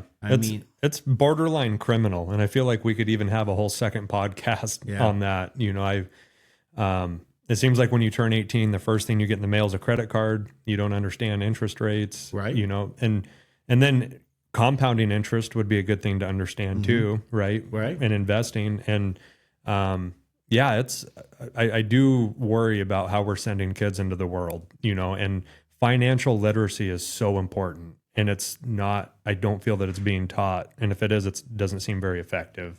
But I never took any financial literacy courses. You know, I was just very fortunate to have parents that taught me at home. And then I've always been interested in it. And so you know, if you're curious, there you can read all you want to read. But I agree with you. Those are things that we need to be teaching our youth to set them up in the world. You know, it's kind of amazing. I don't know is, you know, a lot of times I'll have credit card bills at the end of the month, you know, $10,000. Well, you pay your minimum amount of $35. I mean, and then now they make it spell it out. You know, this here paying minimum might take you 30 years to pay off $10,000. I mean, that should be instilled in you. But the people that push this, I think, you know, the credit card companies, they don't want to teach it in school. But I think it's very important to kids. I mean, it's... Yeah. Well, it's funny on that credit card statement, though, the minimum possible is in big block letters. And then that it takes 20 years to pay off is in fine print. That's that big. 23% interest, and it's, you know. It's amazing what people, I mean, what it does. Even 1%, it's just like I have a lot of friends that, I'm going to refinance my house. So why refinance your house? Why not just, if you got the money, put $100 towards it? Yeah. I mean, you've taken a 30-year loan and almost knocked it in half by putting $100 or $200 with it. That's one thing with me. I used to have contracts. I mean, I would owe people, and anytime I got extra money, I would just start throwing at it. Yeah. And then you get one paid off, then that whatever you took for that one, you would pay on the next one, and it would be done in nothing. That's what I know. We've talked about this. Where we're younger, we struggle so much. Life should be reversed.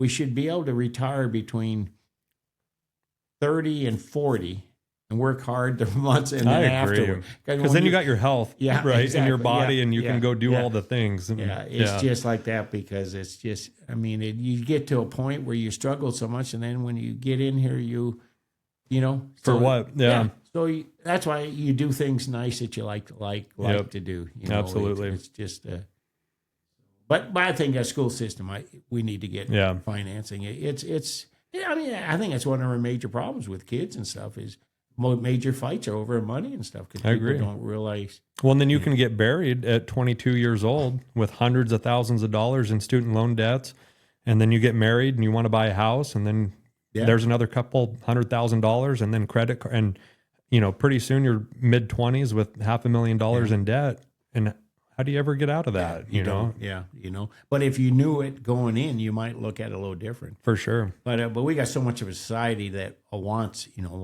Yeah. A lot of these kids that I know of, you have one hiccup if you lost everything you bought, because it's all on credit. For sure.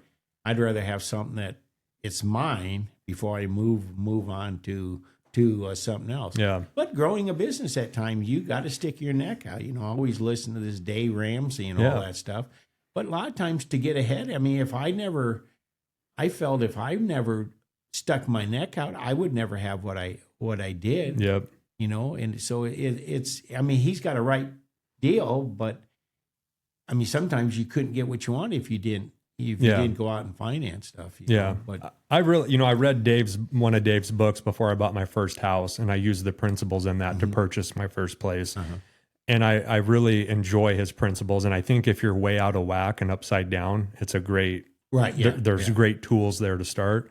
But to your point, like if you never have credit, well, good luck. Dave kind of preaches not to have credit. Right, exactly. And I understand not having credit card debt, but you should have credit. If you're ever looking to work for yourself or start a business or anything, you need to have credit, And so I think it's just like anything in life, you got to find the balance with that. You have some big crane company that's cost you $1 million. You want to get in the crane business, you're working for somebody, you can do it. But if you don't stick your neck out for it, can you do what you want? So there's a happy medium. But I think a lot of his cases are people are in so far deep upside down. He's trying to get them out, which I understand what he's doing. But you gotta be able to sometimes have stuff like that. So. All right, number 2. If you could be mayor of Kettle Falls for a day, what's one change you would make? People would know this. I love neat and clean. Yep. It's just I wish I had so much more energy in me. I don't understand why people buy a house and don't have the pride to keep it up. Yeah.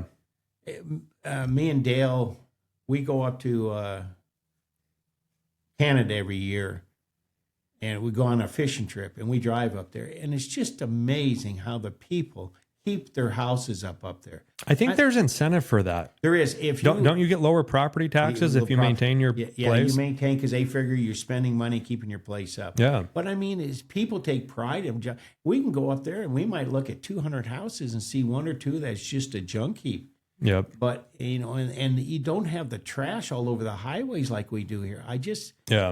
Pride. I just like things to look nice. I think it makes you feel good. It does. If you drive home and got a nice house or stuff like, it makes you feel good versus driving into a place that, and it's not money it takes, it's just effort. Ambition. Yeah, for sure. And a pride of what you got. Pride and ownership. Yeah. No, that would be my number one. How you would instill it, it's just a tough deal. It'd just be nice to be able to lock that up in a bottle where you can release it. Agreed. Agreed. All right, same question, but you're president for one day. What's one change you would make?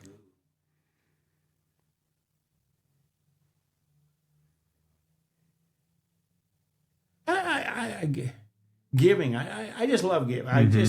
I just wish there, people would give more, I guess, you look at what this country does, forgiving, Yeah. I mean, even the people that does stuff is so great now, but just imagine if everybody was on that giving. What if we could start with like a new national holiday and it's a national giving day? Yeah. And you can give your time, you could give money, resources. That'd be kind of cool. Yeah. Just super small and giving something. I like that. It's just folks in this town. I know we kind of got involved last year of, help beautifying Main Street and different things like that. And I don't know if I should say this, but we went to a meeting and there was about 8 or 10 folks there. And we sat and talked for 2 hours about what we're going to do. Yeah. Forget that. Let's just go out Let's go and do it. For sure. 2 hours of 8 or 9 people sitting there. What could you got done? Yeah. Yeah. Grab a weed whacker. Let's go. Yeah. It just, instead of talking about it so much time, just go do it. Spend the time to do it. Yeah. I think you'd be a lot farther ahead if you could just, it's just like,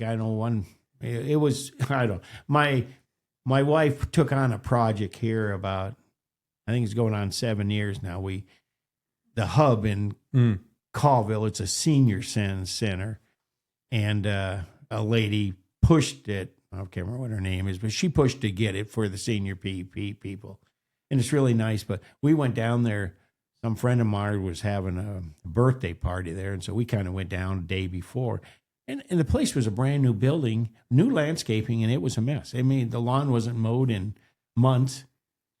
So she said, well, let's go down and clean it up for Jack's birthday. So we went down, and then something that was supposed to be lasting 2 weeks, she's going on 7 years on it, of mowing the lawn and trimming and doing stuff like that.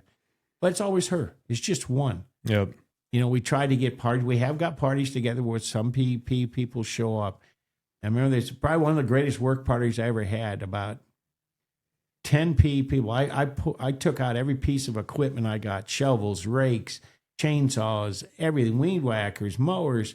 And we had a bunch of people, and it was just so neat. I just started pointing out, and we got so much done. And I says, this party's only going to last between 9 and 12 o'clock. For sure. We went and got bark.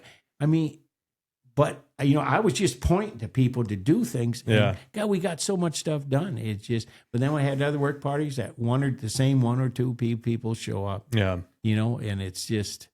I think there's probably a multitude of things that contribute to that. But when I think of your generation and when you say just go do it, I'm reminded of the city pool and the Avey Brothers story.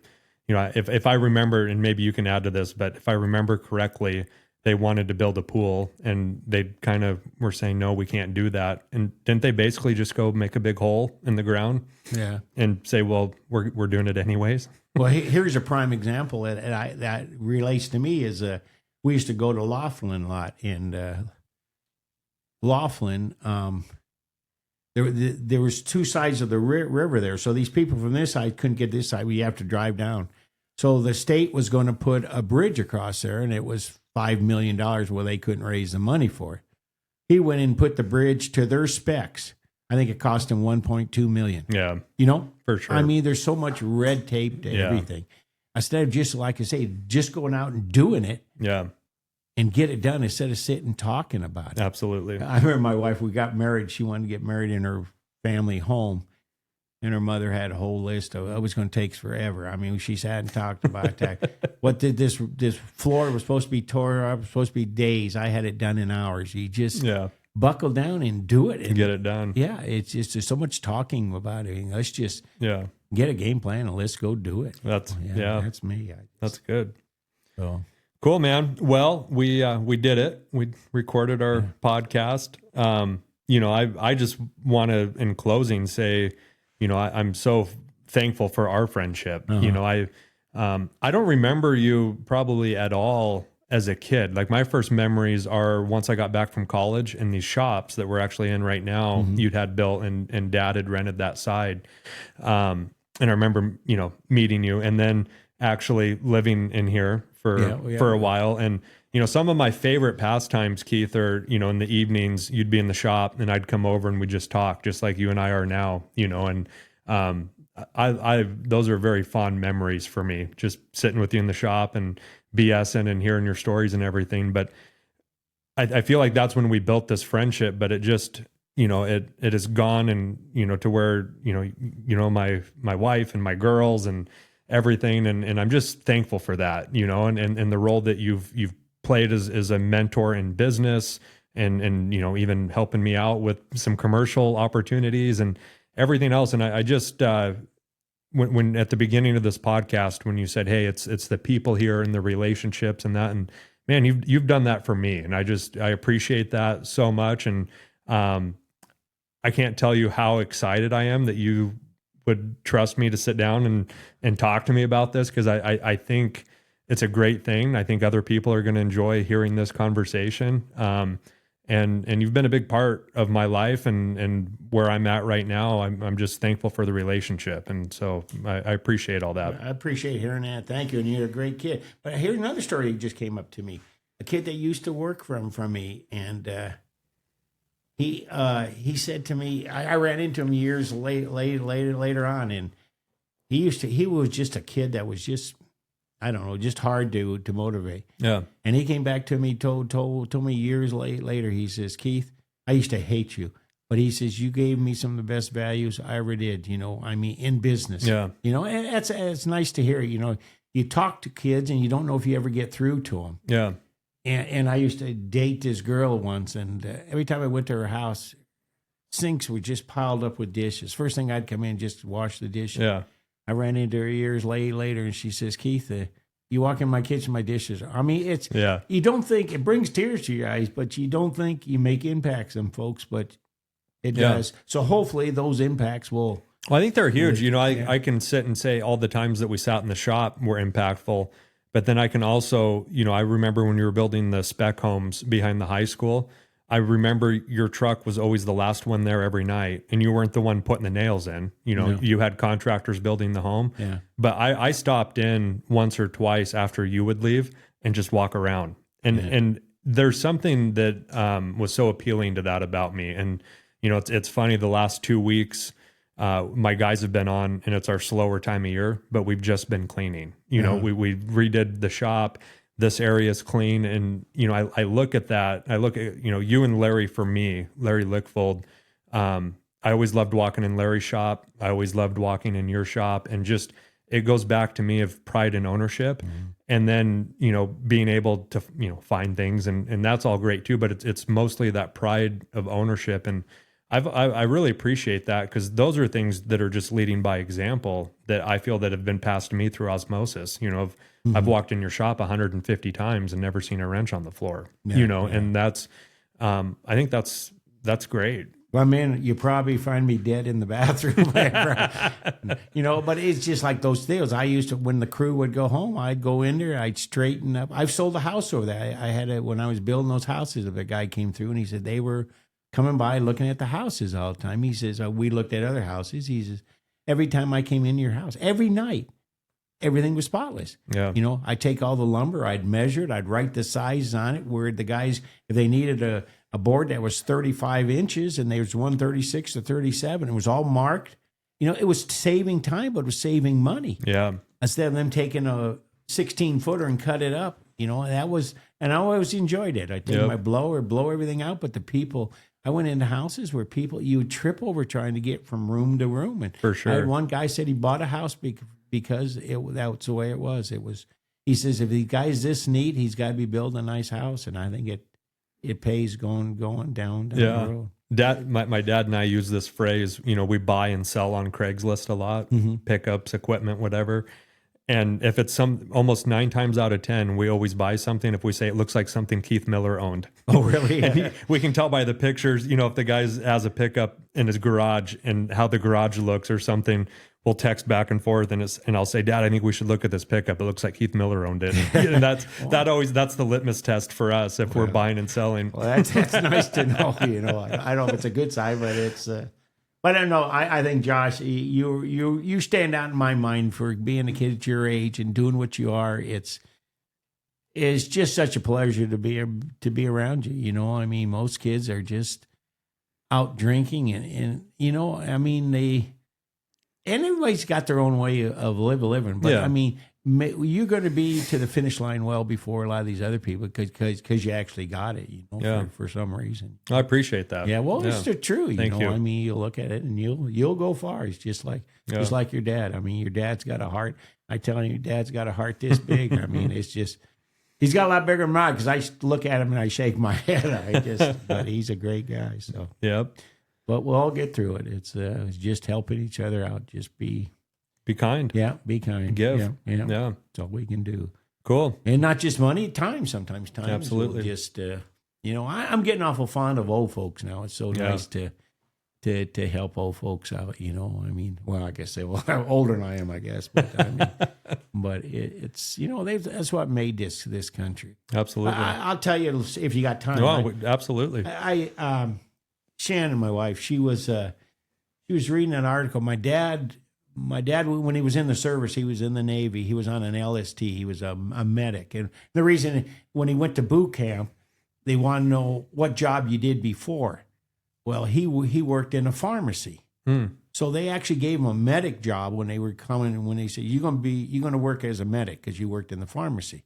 Well, he didn't tell him he was a soda jerk at the pharmacy. In those days, it was, you know, they had like Colstead's used to be. Do you remember that at all? No. Colstead was right next to Dotson's. Okay. It was a pharmacy, and there's a fountain in there. I've seen that in some of the towns that I've been in. They have we could go get shakes. We could get vanilla shakes. We could get floats, all that stuff. Wow. It was, you know, but he was a soda jerk, so that's how he got his job in the service. So they were on an LST. And an LST is the big war. We invaded the beaches, Normandy. Okay. What an LST would be, it's a flat bottom boat, but they would take crews in it, and then they would take tanks and troops in there, and they would run this boat all the way up. The front would drop down. Big landing craft. Craft. And then I could never figure out, you know, when they land up there, how would you get this boat back out? Well, they drop an anchor back there when they go in. And then when they get all the weight off, it floats somewhat, and then they pull, you know, the anchor backwards. Okay. So anyway, she was seeing, she reads the paper all the time, but she see an article down in Rosalie or someplace down there, and she said, "What ship was your dad on?" I said, "It was on the LST 534." Well, she says they just was giving some guys awards in this deal on Labor Day, Memorial Day, whatever it was, and he mentioned 534. So she's in the title business, so she kind of knows how to find addresses. So, and the name, she kind of knew the guy's name is being well known in Spokane or Rockford area or something like that. So we start doing some research and stuff on it. And so I got the deal, went out there 2 weeks ago, and where he was supposed to be, I knocked on the door, and nobody came. Well, I figured the guy's old. And so finally I was walking, and I seen a guy in the window, so I motioned to the back. He said, "Well, my girlfriend was here, and she thought she heard somebody knock." Well, yeah, I says, "I'm looking for guy Stanley, Stanley something." Oh, she says, "Yeah, that's my uncle or something." I said, "Well, is he here?" And no, he lives in town up on this big hill. So I drove in and went up there, found him place, and knocked on the door. And the old guy comes out there, and it's him. And I told him I had pictures of my dad. I had a book there, and wanted to talk to him. And he's 98 years old. Wow. And I was just seeing if he knew my dad and stuff. Well, my dad told me, I don't know if most kids know about it. There was a Tokyo Rose. You ever heard of Tokyo Rose? I've heard of it, but I couldn't tell you anything about it. Well, she was a woman that was a Japan woman that tried to she would send music all over the air trying to get the American boys to go back home. She would play American music, and what are you boys out there fighting for? Why don't you go home with your family and stuff like that? So she was, she was working for the Japan side, but trying to get her boys to go home. Well, Dad was up top there because he was in the medic, he was he could go up to the officers club, and he was in the officers club getting ready to go back to where his medic deal was. And she was on the area, and his favorite song came on. So he sat down to listen to it. And then she was saying, why don't you boys go home, and all this other stuff. And so Dad sat down and listened. Just about the time the song got over, he heard a big explosion. It was one of the last kamikaze pilots to ever hit a ship. Well, hit right where Dad's barrack was, right where his medic deal was. Wow. So she always claimed that she saved his life. So I asked this Stanley about him. And Stanley was a gunner on that ship, and that they were on the same time and everything. Really? Yeah. So he was a gunner, and when that kamikaze had a 600-pound bomb, when he hit the ship, you know what a kamikaze pilot is? Yeah. They would just give their life and just crash into the ships, and that way he was in a gun turret. He was in a 20 millimeter turret. And when this thing hit, it said it blew him out of his turret. They found him like 50 feet away or something, and he spent like 3 months in the jail. Whoa. But it was just so neat to... How cool is that? To talk to this guy. He didn't remember a whole lot, but he's 98 years old. He lives in a house in Rockford. He owns about 1,100 acres, and he gets up and feeds 28 cows every morning. At 98 years old. That's incredible. Yeah. That's a great story. Me and Shannon stopped to see him yesterday, but he wasn't home or something. Maybe he lives with one of his boys came in there. Okay. Him. But he's all real small, decrepit, but he gets up and feeds cattle. That's incredible. Yeah. So I thought that was quite unique that I got to. You going to keep that relationship going? Well, every time I go by there, I'll stop and say hello to him. Yeah. So we did yesterday and stuff like that.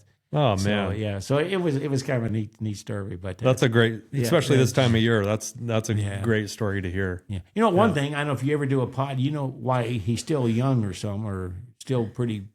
Tom Dotson, you know Tommy Dotson? No, I knew Pat. Yeah, Pat. Well, Pat's not a Dotson. Pat is who I sold the store to. Pat Callan. Yeah. No, but I don't know Tom. Tom just had his 101st birthday yesterday. No way. 2 days ago. You need to he was a B-25 pilot. Really? Yeah, in the war. And me and Shannon stopped by to see him the other day. The 18th was his birthday, so we stopped by to see him. And if you got him here in a podcast, he would probably just love, he was one of these pilots. There's quite a few pilots from Colville, the Hughes brothers, they were pilots and stuff all through there. But Tom's got a good mind, and he's still sharp? Oh, yeah, he's sharp, yeah. So, that'd be great. Yeah. Do you know Lori Matlock? Yes. Tom's her dad. Didn't know that. Yeah, get in touch with Lori. It'd be a great podcast because he probably could go for 5 or 6 hours. He's just that'd be killer. Mine. Yeah, so I was just cool. That'd be something neat to do. So I'd love to do that. But I love what you're doing, Josh. Cool. It's going to go for. Yeah, I called Josh this morning. This is Joe Rogan Senior or 2. Joe Rogan number 2. This is what his podcast is. So I hope it gets that big. So yeah. So thanks for coming on, and you bet. Merry Christmas. Merry Christmas. Love you to do it. Yeah. Absolutely. Go help somebody now. Yeah, go help someone, everyone.